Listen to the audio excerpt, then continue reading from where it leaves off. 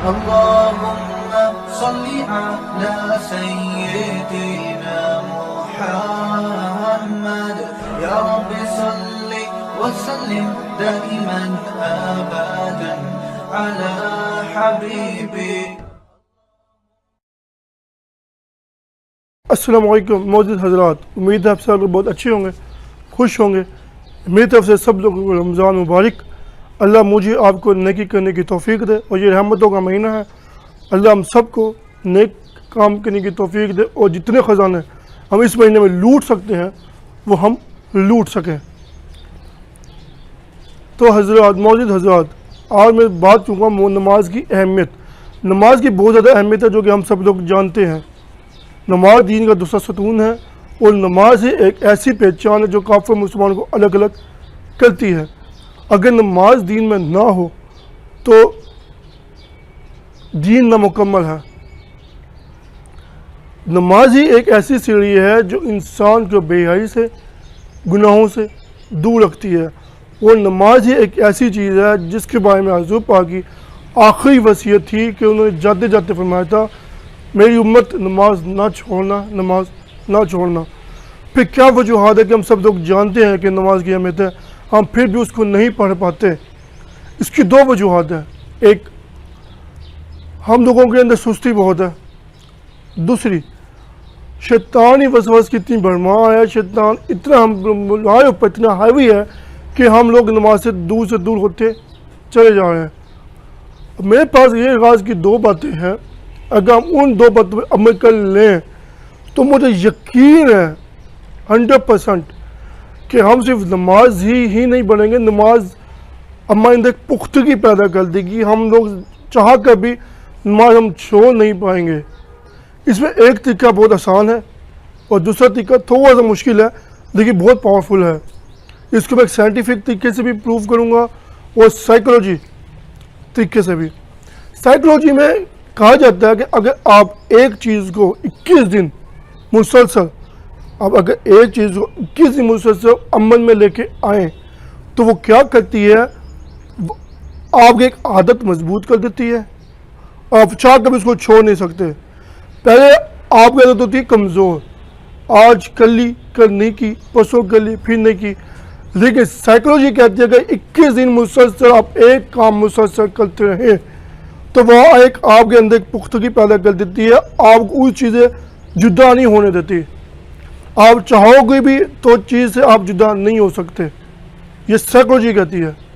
لیکن ہم کہتے ہیں اگر آپ 30 دن، صرف 30 دن جتنی بھی کوشش کرو، طوفان آئے، مصیبت آئے، دکھ آئے، تکلیفیں آئیں، یا کہ آپ پر مصیبتوں کا ایک بہتان آ جائے، مصیبتوں کی بارش آ جائے، آپ کے پاس ٹائم نہیں ہے کہ آپ اس ٹائم میں سے نکال کر نماز پڑھ سکو، لیکن آپ نے ان 30 دنوں میں آپ نے کچھ بھی ہو جائے، آپ نے وہ 30 دن میں نماز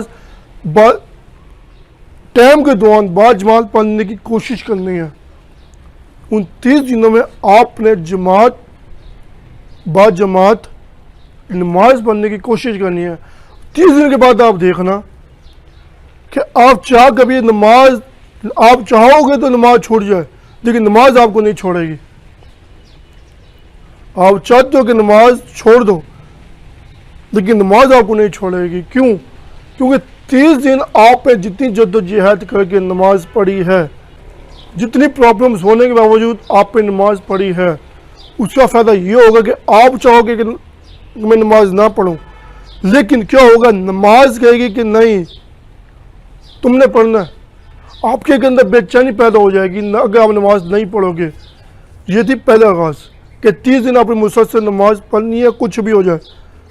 کوشش کرو کہ کچھ بھی ہو جائے 30 دن آپ نے نماز پڑھنی ہے.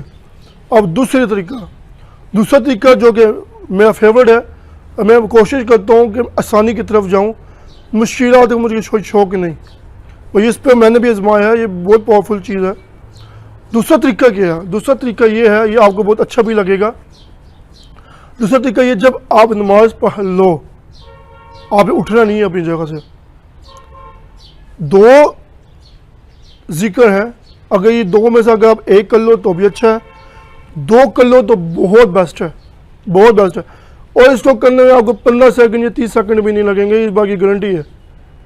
ذکر کیا ہے، نماز پڑھ کے اٹھنے سے پہلے آپ نے 21 بار یا رحمان یا رحیم پڑھنا ہے۔ اٹھنے سے پہلے 21 بار یا رحمان یا رحیم، دل سے پڑھو، آرام سے پڑھو، سکون سے پڑھو، پڑھ کے آپ نے اٹھ جانا ہے۔